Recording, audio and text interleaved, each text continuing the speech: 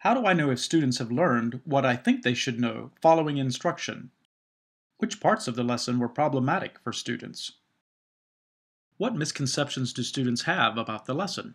Formative assessment should be a part of any course, whether online or face-to-face. According to Dylan Willem and Paul Black, formative assessment should be thought of as all those activities undertaken by teachers and/or by students which provide information to be used as feedback to modify the teaching and learning activities in which they are engaged. Another way to think of it, formative assessment generates timely student achievement information to monitor student progress and evaluate instructional effectiveness. Instructors should plan to include formative assessments to determine the degree to which students have mastered key building blocks or learning progressions en route to the attainment of a learning goal. According to Margaret Heritage, the Assistant Director for Professional Development at the National Center for Research on Evaluation, Standards, and Student Testing, formative assessment can be categorized into three broad categories as follows. On-the-fly formative assessment refers to a moment when the instructor changes course during a lesson to address misconceptions before proceeding with the designed instructional sequence. Plan-for-interaction formative assessment refers to the process whereby the instructor decides beforehand how he or she will draw out students' thinking during the course of instruction.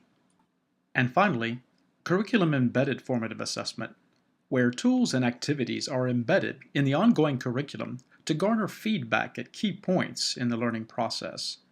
Examples of curriculum-embedded assessments might include journaling on a particular topic or identifying real-life examples of scientific phenomena that demonstrate understanding.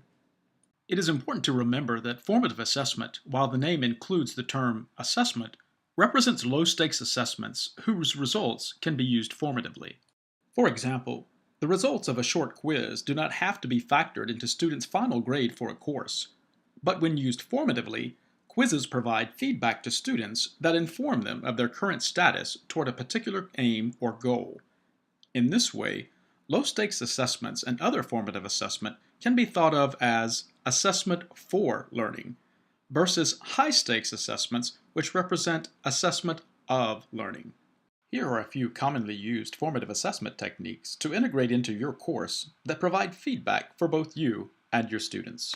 The most standard form for gathering information about student progress is through the integration of homework and quizzes. The information from both can be used to help students see their current understanding of curricular aims, while also providing feedback to inform your instruction. Further, homework and quizzes are techniques for supporting student preparation for class. The 1-minute paper gives students a minute or two to respond to a question or other type of prompt. Responses can provide you with insight into their understanding of the material. Students share their 1-minute paper through a discussion forum posting, a private message, or via a piece of paper, limiting their writing time to 1 minute. While normally conducted as students exit a face-to-face classroom, in an online course, the exit ticket technique asks students to briefly share some information about an aspect of something they've just read, viewed, discussed, or learned. For example, you might ask students to share in a single sentence the most confusing or unclear aspect of a reading, or what they thought was the most important idea. If anonymity is important, ask students to send this to you privately, or consider using a free online post-it note tool. The latter makes it possible for all students to see all responses to this prompt. Consider requiring students to maintain a reflection journal throughout the course. At predetermined moments, as well as at times when you need feedback from students, create a writing prompt where students can reflect on some aspect of what they're learning. The following 3 attributes of effectively implemented formative assessment will ensure you make the best of formative assessment techniques in your course. First, clearly and consistently communicate course learning objectives, goals, and outcomes so that students are always aware of the curricular aims of the course. If students do not clearly understand course expectations from the beginning, then feedback via formative assessment cannot effectively support their learning. Next, use the information provided by formative assessments to offer feedback to students with respect to their current progress toward understanding learning goals.